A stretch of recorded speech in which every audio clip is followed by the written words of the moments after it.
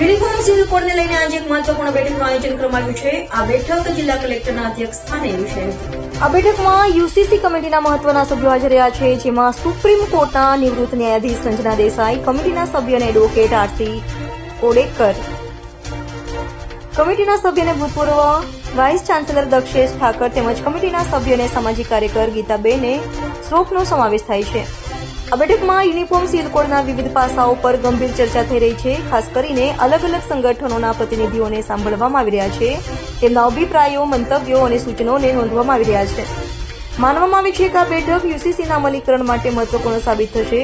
અલગ અલગ ધર્મના આગેવાનો અને સામાજિક કાર્યકરો પણ આ બેઠકમાં હાજર છે અને તેઓ પોતાના વિચારો રજૂ કરી રહ્યા છે। કમિટીના સભ્યો તેમના દ્વારા આપવામાં આવેલા સૂચનોને ધ્યાનથી સાંભળી રહ્યા છે। આજે સુરત મહાનગરમાં જે યુસીસી ગઠન થયું હતું, નામદાર સુપ્રીમ કોર્ટના નિવૃત્ત જજ આદરણીય દેસાઈજી અને એની સદસ્યની ટીમ એ સુરતની અંદર યુસીસીના મામલે અલગ અલગ ક્ષેત્રના લોકોને સાંભળવા આવી હતી। મુખ્યત્વે યુસીસીના કાયદામાં આપણા જે બંધારણ મુજબ જે કલમ ભારતના સંવિધાનમાં 25 મુજબનું જે કંઈ રાઇટ છે, દરેકને સ્વાતંત્ર્ય પોતાના ધર્મનું જે સ્વતંત્રતા મળી છે એમાં કોઈ ફેરફાર કે કોઈ એમાં કોઈ તકલીફ નથી।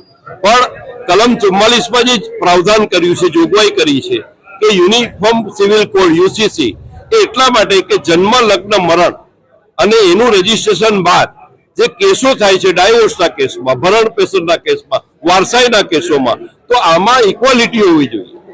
સ્ત્રી પુરુષમાં પણ ભેદ ન હોવો જોઈએ। કેટલાક લોકો સ્ત્રીને હક નથી આપતા, એવું પણ ન હોવું જોઈએ। ઓલ ઇક્વાલિટી હોવી જોઈએ અને દરેકના મામલે ઇક્વાલિટીના મામલે આની સાથે સાથે કે જે પ્રમાણે ભરણ પોષણના કેસ કોર્ટમાં વૈધા છે, મરણ પછી વારસાઈના કેસોમાં અલગ અલગ પ્રકારના કેસો વૈધા છે, તો આ બધામાં તો કમસે કમ એક રાગીતા આવે અને કોઈ પણ ધર્મના લોકોના લગ્ન હોય એ પોતાના રીત રિવાજ મુજબ કરે, પણ એનું રજીસ્ટ્રેશન તો અવશ્ય કરે।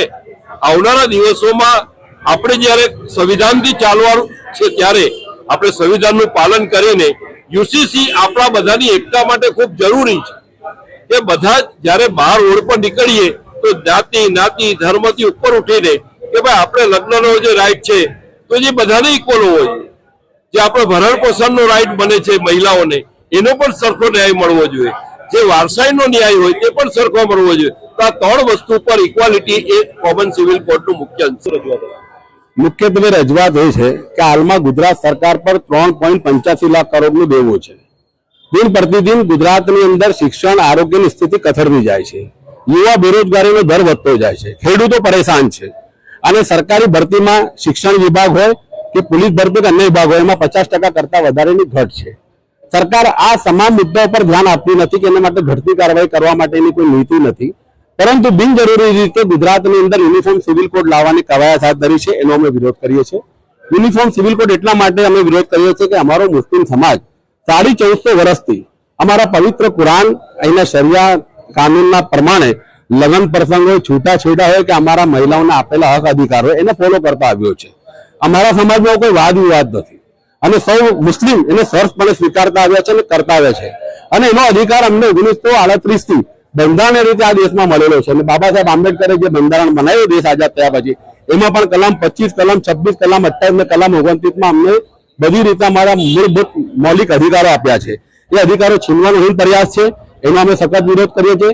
અમારી સાથે સાથે મહારાષ્ટ્રીયન સમાજ સુરતના સમાજ ગુજરાતના વર્ષોથી વસવાટ કરે છે, એ મહારાષ્ટ્રીયન સમાજના પણ કુંડી પાર્ટી હોય, ગુજ્જર પાર્ટી હોય, નાભિક હોય, કોળી હોય, મહાજન હોય કે દલિત સમાજ હોય, એમાં પણ લગ્ન પ્રસંગ મામા કોઈ સમાજમાં થતા હોય છે સગા સંબંધીમાં। એટલે આ યુસીસી લાગુ થવાથી એમને પણ એની ખૂબ ગંભીર અસર થશે। તો તમામ પાસાઓને અમે શ્રી રંજનાબેન પ્રકાશ દેસાઈ જે નિવૃત્ત ન્યાયાધીશ છે અને આ કમિટીના અધ્યક્ષ છે એની સમક્ષ રજૂઆત કરવા માટે આવ્યા છે।